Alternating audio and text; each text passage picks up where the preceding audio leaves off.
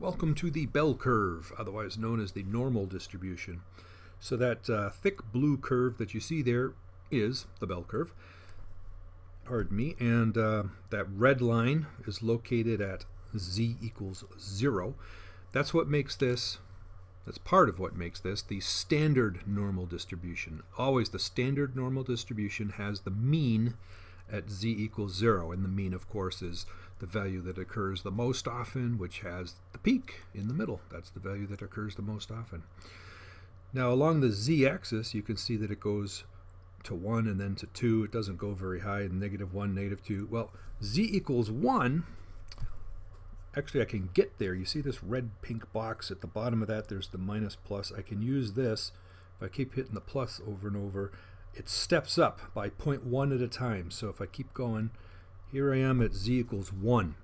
That would be 1 standard deviation above the mean. So you'll notice the standard normal distribution actually has a mean of 0 and a standard deviation of 1. And that's where the standard deviation of 1 is. And if you look at in the pink box, it says the probability of getting a z less than 1 is about 84%. And the probability of getting a z greater than 1 is about 16%. So the area under the bell curve represents a probability.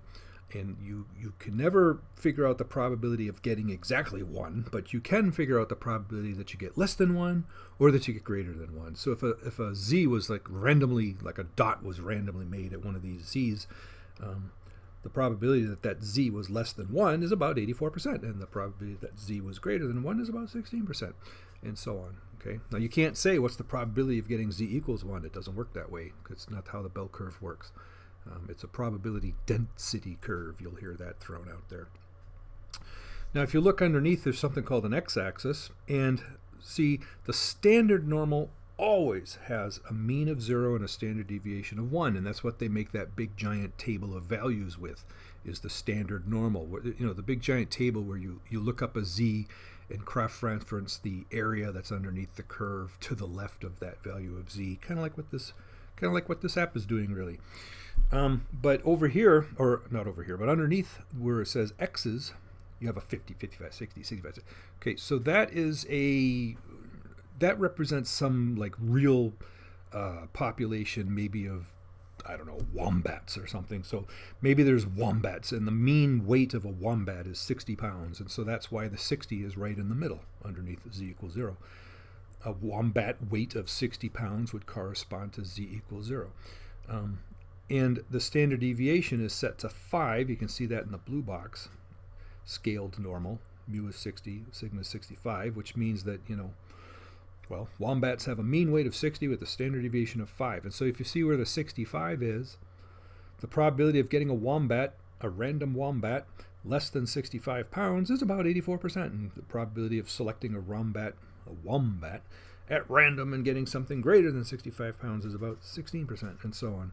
And you can go in these boxes and say, I don't want to look at wombats. I want to look at zombats. Yeah, that's what I want to look at. And zombats have a mean of 50, and they have a standard deviation of 10. Yeah, they have a lot of variation in those. So you hit return, you enter it, and now you'll see that basically the only thing that's changed on the graph is the way that the x-axis is labeled. That's what's changed. So if the mean is 50, that means 50 is now located right in the middle, right where z equals 0. And if the standard deviation is 10, that means that when you come out to z equals 1, well, you take the 50 and you add 10 to get to 60.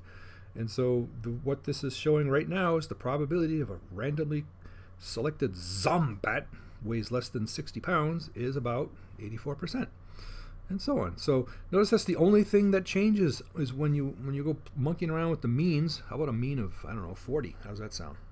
These will be quombats. These are quombats. So they have a mean weight of 40. And I kept the standard deviation at 10, but now you see the 40 is underneath the z equals 0. It's right in the middle. That's the mean weight of the, did I say quombats? I don't know. Anyway, whatever we're looking at. So the z-axis never ever changes. Never ever. That's what's standard about it. It's the standard normal deviation. standard normal distribution is what I want to say. It's got a mean of 0. It's got a standard deviation of 1. If you want to look at Quambats or whatever I was looking at with a mean of 40, all that does is affect the way it's labeled. But anyway, what does this app do? Well, for one thing, you can change the mean and standard deviation, so you can look at a particular population of whatevers. And then this, in the red box again, the minus plus, you're allowed to step up. You can step up 0.1 at a time. And I forget how low it lets you go. Let's see how low it gets to go. It lets you go all the way to, is that it? Nope, I'm still going. Look at this. I'm still moving. I'm still moving here. Negative 2.8. I guess it'll let you go to negative 2.8. I can't even see the red line anymore, but it's way over there. So the area to the left of negative 2.8 would be 0.0026, so like less, or just about 1/4%. Let's come out to where I can see the red line. I can see it there at 2.5. So when z is negative 2.5, the area less is 0.6%. Now looking back at the blue box, if the mean is 40 and the standard deviation of 10 is 10, that means when we say z is negative 2.5, that's the same as saying x is less than 15. See what I mean? See what I mean? Same probabilities, 0.62% and so on. So I guess you could, if you wanted to, kind of use this as a z.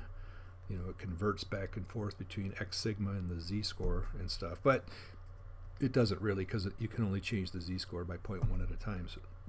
So I got a z-score of negative 1.4. Them's my probabilities and so on.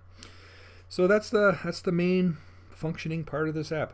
Of course, there's math notes here, which you can hit that tab and read some notes.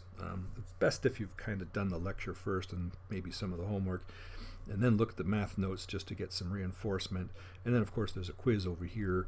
Like, some of it is knowledge based, and some of it is like, like look at number 6. It says set mu equals 60 and sigma 60. A mean of 60, standard deviation of 60. What's the probability of greater than 180? Well, you can just do that here. Mean of 60, huh? Here we go. Who needs a calculator when you got one right there? Standard deviation of 60, right? Right. Boom. And then it said probability that it's greater than 180. Well, you'll notice if you look at the x-axis that 180 is way over there. I got to go all the way up to z equals 2 to get there. But there's my mean of 60, right? You come out to one standard deviation, that's 120. It's 60 plus 60. And then we get 2 yet? There we are. Did it say greater than or less than? Boink. Greater than. So the probability of getting something greater than 180, which is the same as something getting z greater than 2, is, reading my blue box there, it says 0.0228, so about 2.28%, something like that. I hope that's one of the choices. It's choice B. Wow, I actually did a quiz question for you. Okay, there's a few more quiz questions too, but it's just fun. This is fun. Now that I've got this, I'm like, now I want to make one where you can step by 0.01. So that way I can, except maybe not step, but you can set it. Like you could set z equals 0.01, 0.02, 0.03, and then it'd be a little more accurate. But that's okay. This kind of gives you a nice feel for the bell curve. Well, hope you enjoy it.